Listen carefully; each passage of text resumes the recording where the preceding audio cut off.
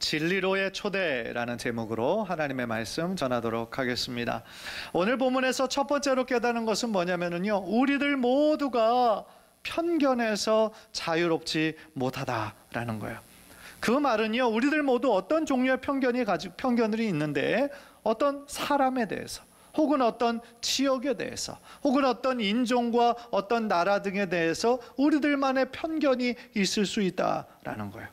그 편견은요, 다른 사람들과 이렇게 대화를 하는 가운데서도 나타날 수 있고, 또 그 사람을 대하는 우리들의 태도에서도 드러날 수 있다라는 거예요. 단지 우리가 편견이 있다라는 사실을 우리 스스로가 잘 인식하지 못하고 있을 뿐이에요. 왜냐하면 우리들 다 자기중심적이거든요. 사실은 부인할 수 없는 사실이에요. 우리들 다 자기중심적이에요. 그러니까 생각하는 기준이 다 자기중심인 것이요. 그러니까 다른 사람의 단점은 아주 기가 막히게 잘 보여도 내 자신의 흠은 잘 보지 못하는 이유가 바로 그 이유 때문인 거예요. 오늘 본문 속에서도요, 한 편견을 가지고 있던 사람이 나와요. 그 사람의 이름은 나다나엘이었어요. 오늘 본문의 시작은 예수님께서 빌립을 만나시고 빌립을 예수님의 12제자 중에 한 사람으로 부르시는 장면이에요.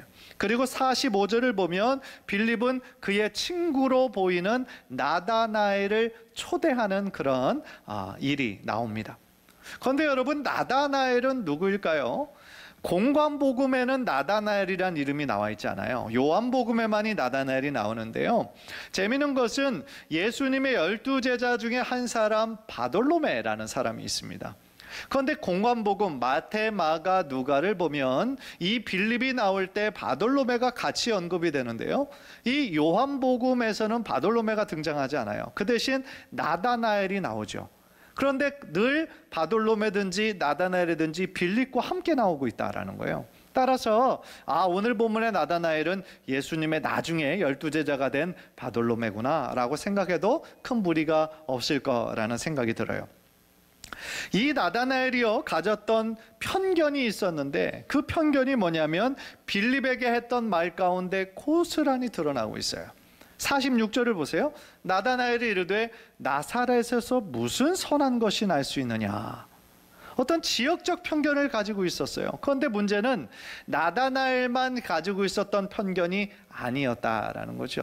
당시 유대 지역에 있는 많은 사람들이 그 나사렛, 그 갈릴리, 그 지역을 생각할 때에 가난하고 또 못 배우고 험하고 거친 그런 지역으로만 생각했다라는 것이죠. 그래서 그 지역에서 무슨 선한 사람, 무슨 훌륭한 사람이 나올 수 있겠어? 말도 안 돼. 이렇게 생각하고 있었다라는 것이죠. 그래서 있잖아요, 요한복음 7장 52절을 보니까 이 니고데모라는 사람이 예수님을 좀 두둔하는 그런 말을 하니까 바리새인과 서기관들이 니고데모에게 이런 말을 하거든요. 요한복음 7장 52절 보세요. 그들이 대답하여 이르되 너도 갈릴리에서 왔느냐? 찾아보라, 갈릴리에서는 선지자가 나지 못하느니라 하였더라 라고 그래요. 따라서요, 이 지역적인 편견, 갈릴리, 나사렛에 대한 이 편견이 그들 모두에게 보편적으로 가지고 있었다라는 거예요. 따라서 자신의 친한 친구 빌립이 나다나엘에게 우리가 정말 그토록 기다리던 메시아를 내가 만났어 라고 얘기를 했음에도 불구하고 나다나엘은 에휴, 나사렛에서 무슨 선한 것이 날 수 있겠어? 그러니까 그의 지금까지의 지식에서 아는 한 나사렛에서 어떤 선지자도 없었고 어떤 훌륭한 사람도 없었다라는 거예요. 그러니까 빌립이 말하는 그 예수란 사람도 그저 그런 별 볼 일 없는 사람으로 간주해버리고 말았다라는 것이죠. 그런데요, 나다나엘이 정말 몰랐던 것이 있어요. 그게 뭔지 아십니까? 예수님께서는 나사렛에서 태어나신 것이 아니에요. 어디서 태어나셨습니까? 베들레헴에서 태어나셨잖아요.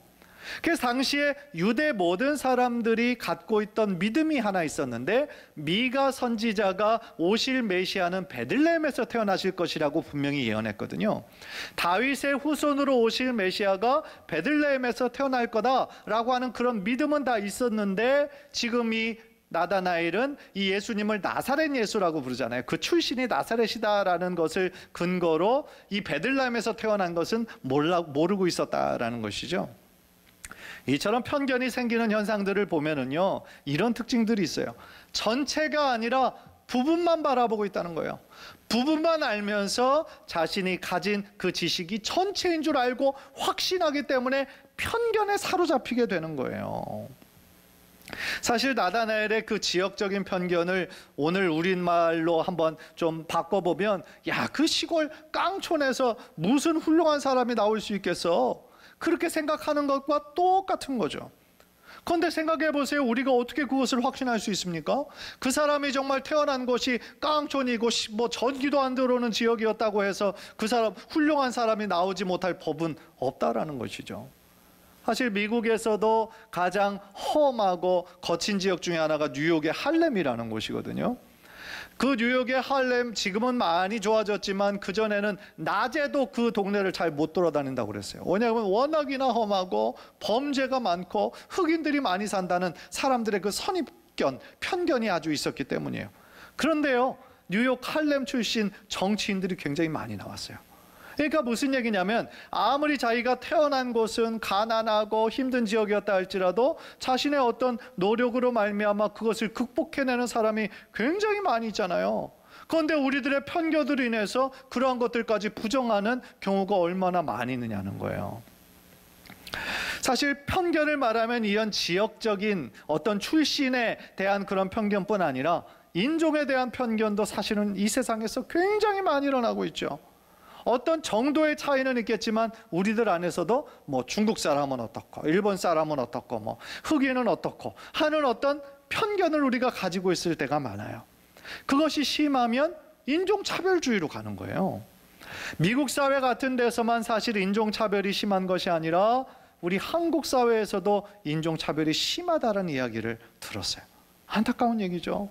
그러니까 백인들에게는 유독 관대하고 동남아시아인들 같은 경우는 우리가 자꾸 밑으로 보려고 하는 경향들이 우리들 마음에 있는 거예요. 그래서 말과 태도에 있어서 전혀 다르게 대한다라는 것이죠. 안타까운 것이죠. 또한 어떤 사람에 대한 편견이 참 변하지 않을 때가 있어요. 그러니까 그 어떤 사람 한 30년 전에 내가 만나서 나에게 어떤 뭐 실수를 했거나 그런 것들은 계속 기억하는 거죠. 그래서 그 사람이 아무리 변하고 훌륭한 사람이 되었어도 아유, 그 사람은 안 될 사람이야, 낙인을 찍는 경우가 우리들 삶 가운데 일어나는 경우가 있는 것이죠. 사랑하는 성도 여러분, 정말 중요한 것이 있어요. 그게 뭐냐면 우리들 모두 불완전하다라는 거예요. 이 자리에 또한 이 말씀을 듣는 사람들 중에 완전한 사람은 단 한 사람도 없는 거예요. 우리들 모두 실수가 많고요, 연약한 사람들이에요. 따라서 우리도 나도 틀릴 수 있고, 아, 나도 다르게 생각했구나, 잘못 생각했구나 라는 것을 겸손히 인정할 수 있는 마음을 지니는 것이 중요하다라는 거예요. 로마서 3장 23절을 보니까요, 바울이 이렇게 고백했죠. 모든 사람이 죄를 범하였음에 하나님의 영광에 이르지 못하더니. 인간적인 눈으로 보기에는 저 사람은 조금 더 의인인 것 같고 저 사람은 더 많이 죄인인 것 같고 그렇게 우리는 정죄하고 판단하지만 하나님의 시각에서 보기에는 다 똑같이 죄인이라는 거예요. 부족한 사람들, 연약한 사람들이라는 거예요. 그러니까 이 말은 다른 말로 고백하면 우리들 모두가 다 하나님의 은혜가 필요하다는 거예요. 우리들 모두가 하나님의 자비하심이 필요하고 하나님의 은혜 아니면 이 자리에 설 수 없는 사람들이 바로 우리들이라는 것이죠. 따라서요, 우리가 정말 명심해야 될 거, 우리들 모두 연약함이 많고 실수가 많은 그러한 사람들이다라는 거예요. 그래서 다른 사람을 나의 편견으로 말미암아 정죄하거나 판단하는 거, 그리고 자꾸 편을 가르는 거, 그건 하나님 보시기에 옳지 않은 일이라는 거예요. 오히려 자꾸 편을 가르기보다는 다른 사람들의 허물과 죄가 보이거든 사랑으로 품어주고 용납해주고 더욱더 우리가 주님 안에서 예수 그리스도의 보혈 안에서 하나가 되기 위해 더욱더 노력하고 기도하는 저와 여러분 되시기를 주님의 이름으로 간절히 축원합니다. 그런 면에서요, 이렇게 어떤 편견에 빠져있던 나다나엘에게 빌립이 행한 방법은 너무나 지혜로운 거예요. 말로 정죄하거나 판단하지 않았어요. 이 빌립이 나다나엘에게 한 것은 단순히 와보라, 초대한 것뿐이었어요. 그것이 이제 제가 두 번째로 말씀드리고 싶은 포인트인데요. 46절을 한번 다시 한번 보세요. 나다나엘이 이르되 나사렛에서 무슨 선한 것이 날 수 있느냐? 빌립이 이르되 와서 보라 하니라. 와서 보라 하니라. 영어로는 come and see, 와서 봐라. 참 짧은 말이지만요, 이 말에는 많은 것이 내포하고 있다라는 생각이 들어요. 여러분, 편견이라는 것은요, 단순히 설명으로 해소되지 않아요. 어떤 상대방의 설명을 잘해준다고 해서 완전히 해소가 되지 않아요. 특별히 그 편견이 형성된 것이 굉장히 오래된 사람일수록, 정말 20년, 30년, 40년 동안 그 강한 자기 확신에 빠져 있는 사람일수록 그 편견은 다른 사람이 아무리 말로 해도 그거는 해소가 되지 않는 거예요. 이것은요, 우리가 가지고 있는 기독교 신앙도 마찬가지예요. 하나님이 존재하지 않는다라고 정말 굳게 믿고 있는 사람 있잖아요, 우리들 주변에. 그런데 우리가 그 사람에게 아유 하나님 살아계셔, 우리가 아무리 성경을 들어서 설명하고 논리적으로 이성적으로 잘 설명한다고 해도요, 그 사람 자기 확신을 가지고 있는 사람과는 논쟁이 돼요. 논쟁이. 우리가 논쟁에서 이겼다고 할지라도 그 영혼이 하나님께로 돌아올 수 있는 확률은 많지 않아요. 그게 무슨 얘기입니까? 우리는요, 그 사람의 마음까지 돌이킬 수 있는 능력이 우리들에겐 없다라는 거예요. 따라서 가장 좋은 방법은 뭐냐면, 빌립이 나다나엘에게 진리를 설명하려 한 것이 아니라 그의 손을 이끌고 와서 보라 라고 한 것이 굉장히 지혜로운 방법이다라는 것이죠. 직접 보고, 직접 듣고, 직접 체험해 보라는 거예요. 여러분들 생각해 보세요. 진리는요, 단순히 듣는 것이 아니에요. 진리는 우리가 보고 듣고 체험할 수 있는 것이어야 된다는 거죠. 그래서 빌립은 자신의 어떤 말보다도 가장 강력한 거, 그것이 바로 진리이신 예수님을 직접 만나게 하는 거, 그리고 자신은 그런 통로가 되는 거, 그것이 가장 지혜로운 방법이라는 것을 알고 그렇게 실천하고 있었다라는 것이죠. 옛말 속담에 백문이 불여일견이다라는 말이 있어요. 무슨 뜻인지 여러분 잘 아시죠? 100번 듣는 것보다 한 번 보는 것이 훨씬 낫다는 거예요. 저희 막내 그 시연이가 어렸을 때 말 막 하기 시작하고 어렸을 때에 저한테 와서 아빠 영어로 막 뭘 얘기하는데 제가 잘 못 알아듣겠어요. 그래서 그게 무슨 얘기인지 잘 모르고 이렇게 그런 표정을 지으니까 이 시연이가 I wanna show you something 이러면서 이제 저의 손을 붙잡고 이제 자기가 얘기하고 싶은 거를 딱 보여주는 거예요. 그래서 내가 이거 얘기하는 거였구나. 제가 그때 딱 나의 그 궁금증이 해소가 딱 되어버렸어요. 마찬가지로 진리를 알아가는 과정도 이와 비슷하다라는 것이죠. 진리이신 예수님을 알지 못하는 사람들에게요, 가장 좋은 것은 초대하는 거예요. 진리로 초대하는 거예요. 어차피 우리가 말로 잘 설명해봐도 잘 못 알아들어요. 또한 우리가 말로 설명을 잘해도 그의 마음속 깊은 곳까지 변화시킬 수 있는 힘과 능력이 우리들에게는 없다라는 거죠.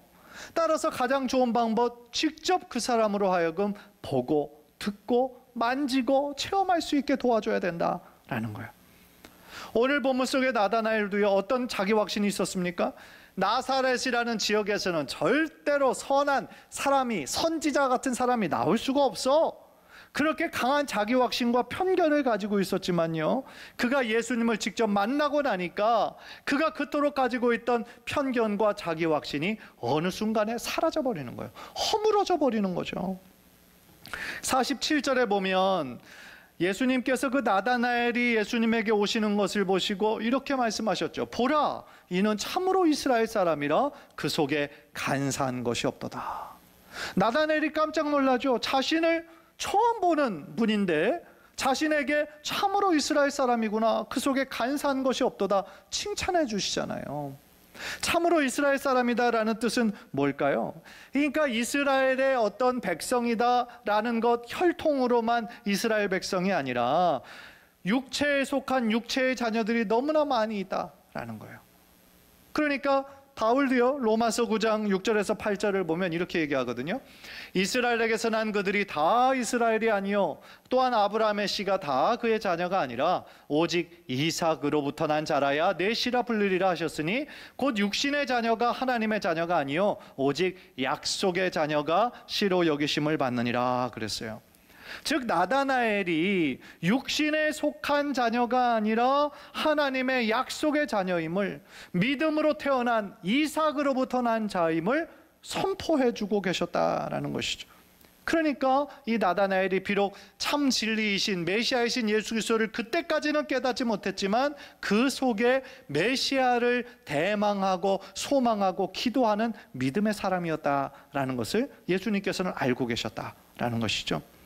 또한 예수님께서는요, 나다나엘을 보시고 그 속에 간삼이 없구나 그랬어요.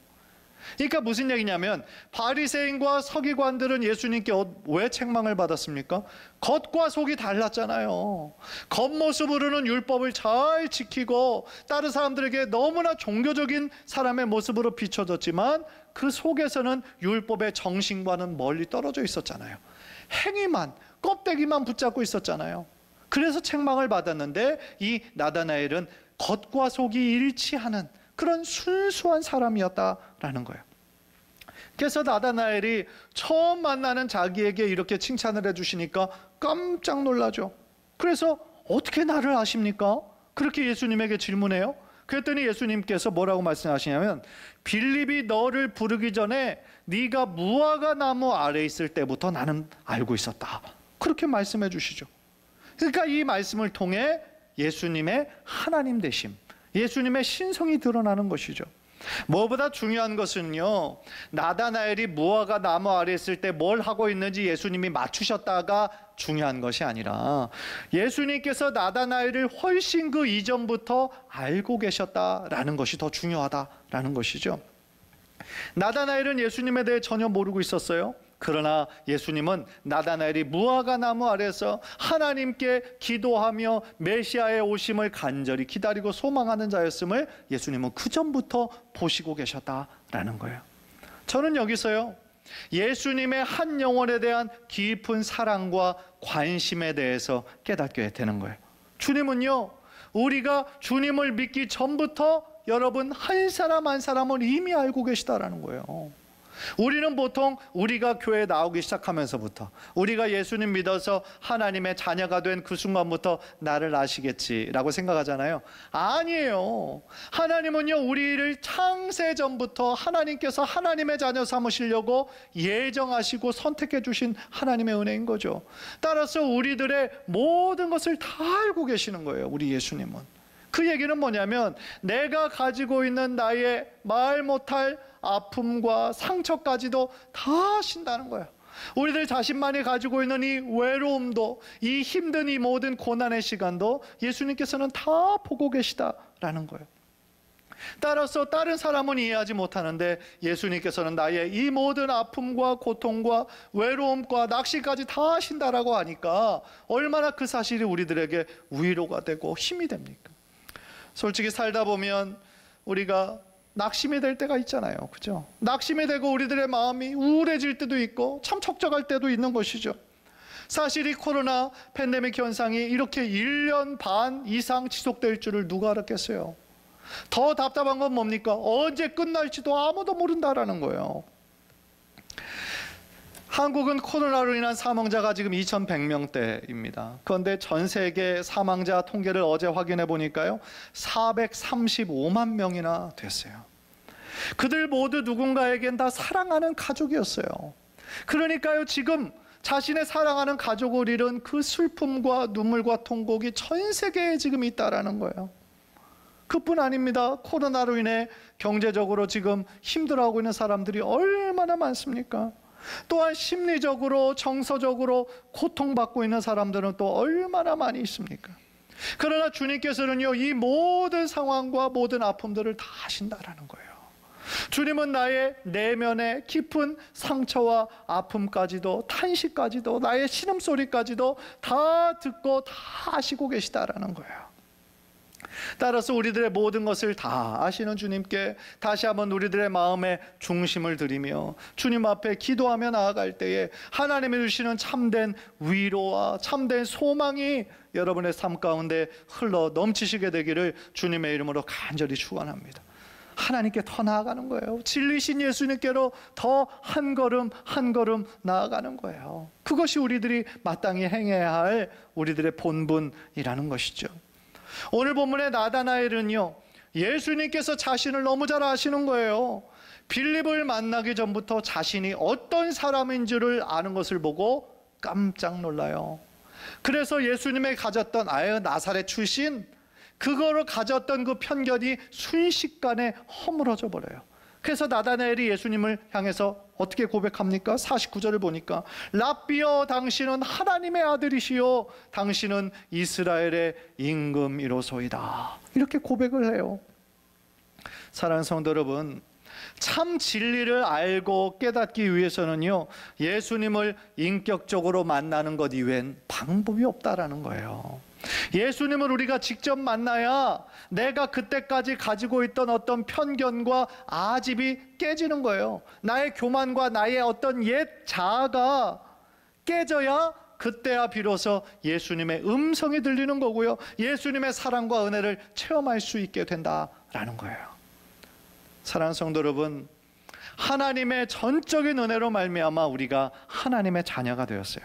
진리이신 예수님을 만나서 나의 주 나의 하나님이라고 우리가 고백할 수 있었잖아요. 따라서 우리의 남은 사명은 뭡니까? 아직 이 진리를 모르는 사람들에게 빌립이 나다나엘을 진리로 이끌고 초대했던 것처럼 우리도 아직 진리를 모르는 사람들에게 진리로 초대하는 사명이 우리들에게 있다라는 거예요. 우리가 어떻게 그 사람들의 마음까지 열 수 있겠어요? 그것은 내가 할 수 있는 영역이 아니고, 내가 할 수 있는 영역은 그 사람을 와보라, 초대하는 것까지라는 거예요. 그 사람에게 시간 날 때 한번 가봐, 주변에 가까운 지역 교회 한번 가봐, 그거는 초대가 아니에요. 진짜 초대는 뭡니까? 지금 나와 함께 가자는 거예요. 지금 나와 함께 가자, 그의 손을 붙잡고 이끌어주는 거죠. 그게 진짜 초대인 거죠. 회의와 편견에 가득했던, 불신앙으로 가득했던 그 사람을 진리이신 예수님을 만날 수 있도록 돕는 통로의 역할을 우리가 잘 감당해야 된다라는 거예요. 내가 한번 용기를 내어서 그분을 주님께로 이끌었을 때 그분이 변화되고 그분의 가족까지 구원받게 된다면 그것보다 하나님 앞에 칭찬받고 영광 올려드리는 일이 뭐가 있겠어요? 사랑하는 성도 여러분, 우리 인생에 정말 수많은 문제들이 있잖아요. 정말 문제 없는 가정은 한 가정도 없더라고요. 다 각기 다른 종류의 문제들이 참 많아요. 그러나 우리들의 삶의 모든 문제는요, 정말 진리이신 주님을 만나기 전까지는 절대로 해결될 수가 없는 거죠. 왜냐하면 예수님만이 참 길이고 진리고 생명이 되시기 때문이다. 우리들의 모든 문제에 참된 해결자가 되시기 때문에 그렇다라는 것입니다. 마지막으로 권면하고 싶은 것이 있어요. 제가 오늘 여러분에게 드린 이 말씀은 주변에 사람 전도하라는 얘기구나, 단순히 그렇게 치부해서는 되는 얘기가 아니고요. 제가 말씀드린 핵심이 뭐냐면 우리들 모두 어떤 편견에 사로잡혀 있었다라는 거예요. 우리들 모두 다 연약했던 존재라는 거예요. 그런데 그 편견을 깨기 위해서는 진리 자체이신 예수님을 직접 만나고 체험하게 될 때 나의 편견이 깨지는 것처럼, 아직 주님을 진리로 받아들이지 못한 그 사람들, 아직도 어떤 편견에 사로잡혀 있는 사람들을 주님께로 이끄는 그러한 사명을 우리가 감당할 때에 그것이 바로 하나님께서 우리들에게 원하시는 진정한 사명이고 제자의 모습이다라는 거예요. 간절히 바라기는 우리들 모두가 정말 진리이신 예수님을 이제 만났는데 진리이신 예수님께 더욱더 한 걸음 한 걸음 가까이 나아갈 뿐만 아니라 아직 진리를 모르는 우리의 사랑하는 가족들, 친척들, 직장 동료들, 친구들을 진리이신 주님께로 이끌기 위해 더욱더 진리로 초대하기에 힘쓰는 우리 귀한 성도님들 모두 되시기를 주님의 이름으로 간절히 축원합니다.